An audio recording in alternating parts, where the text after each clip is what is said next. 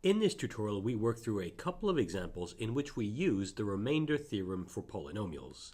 The first example is the one we see here. We're asked to find the remainder obtained when we divide f of x, which equals to 2x cubed minus 5x squared plus 4x plus 3, by the linear function x minus 2. Well, I'll start by moving this question to the side, like so. Looking at the remainder theorem that we have on the right-hand side here, we can see that to obtain the remainder we obtain when we divide by x minus 2, all we have to do is calculate the value of f of x when x equals to 2. Indeed, what the remainder theorem tells us is that the remainder we obtain when dividing f of x by x minus 2 is equal to f of 2. So let's go ahead and do that. To calculate f of 2, I'll go ahead and use Horner's method, also known as the nested scheme, and I present that in a table, like the one I have here. At the top of this table, I need to write all of the coefficients of f of x, so those are 2, negative 5, 4, and 3. So writing those, we have 2, negative 5, 4, and 3. We want to calculate f of 2, so we write that 2 at the upper left-hand side of the table, like so. Now, I carry down the leading coefficient to the bottom of the table, so that's the 2 at the bottom there, and now I can get started. We have 2 times 2, which equals to 4. I add this 4 to the negative 5 above it. That's negative 5 plus 4, which equals to negative 1.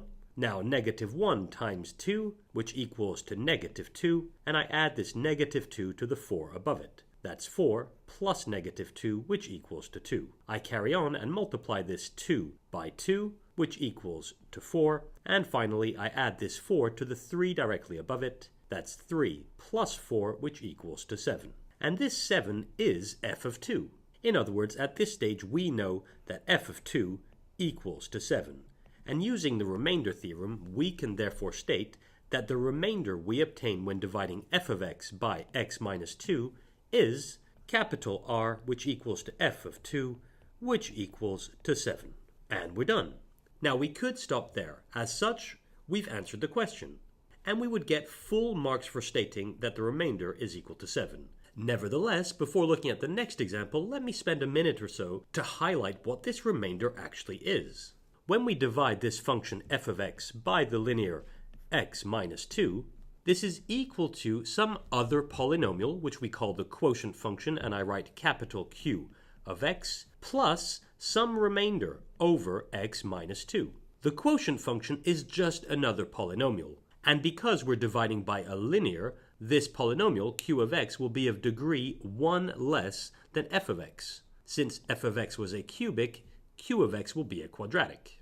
And the remainder that we have here, this capital R, will be some number. In fact, that's the whole number we just found, which was equal to 7. Now, if you've already learnt about synthetic division, then you probably already know what q of x is. But if you haven't, here's the idea. I can go ahead and state that f of x divided by x minus 2 is equal to 2x squared minus x plus 2. And of course we add to that the remainder, which was 7, over x minus 2.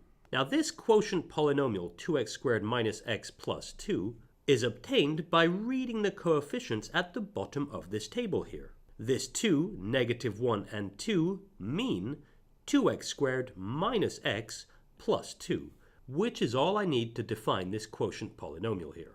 So we can see here that thanks to Horner's algorithm, or Horner's method, we can fully define both the quotient polynomial as well as calculate the remainder. Okay, that being said, let's look at the next example.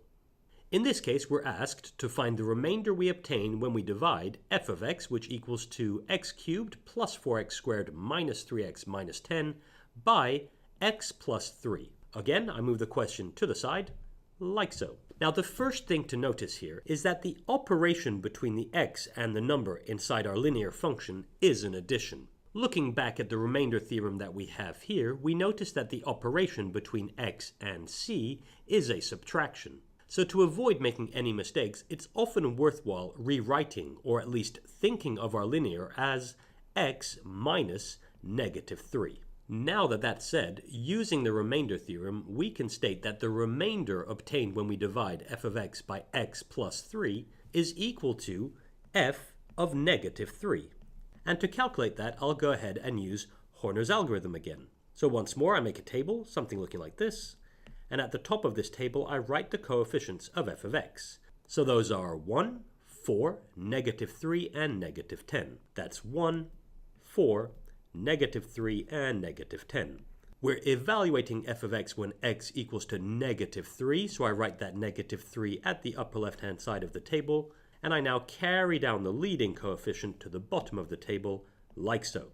Now, 1 times -3 is equal to -3. I add this -3 to the 4 above it. That's 4 plus -3, which equals to 1. 1 times -3 is -3. And I add this -3 to the -3 above it. That's -3 plus -3, which equals to -6. -6 times -3 is equal to 18, and I add this 18 to the -10 above it. That's -10 plus 18, which equals to 8. And this 8 is the remainder. In other words, we can state that the remainder is equal to f of -3, which is equal to 8. And just as in the previous example, we could stop there. But we could also go one step further and actually write f of x divided by x plus 3 using the coefficients of the quotient polynomial we have here. So in this case, that would be f of x over or divided by x plus 3 is equal to x squared plus x minus 6 plus the remainder 8 over x plus 3. Where this x squared plus x minus 6 is the quotient polynomial, and this 8 is the remainder. And there we have it. That's the end of this first tutorial on the remainder theorem.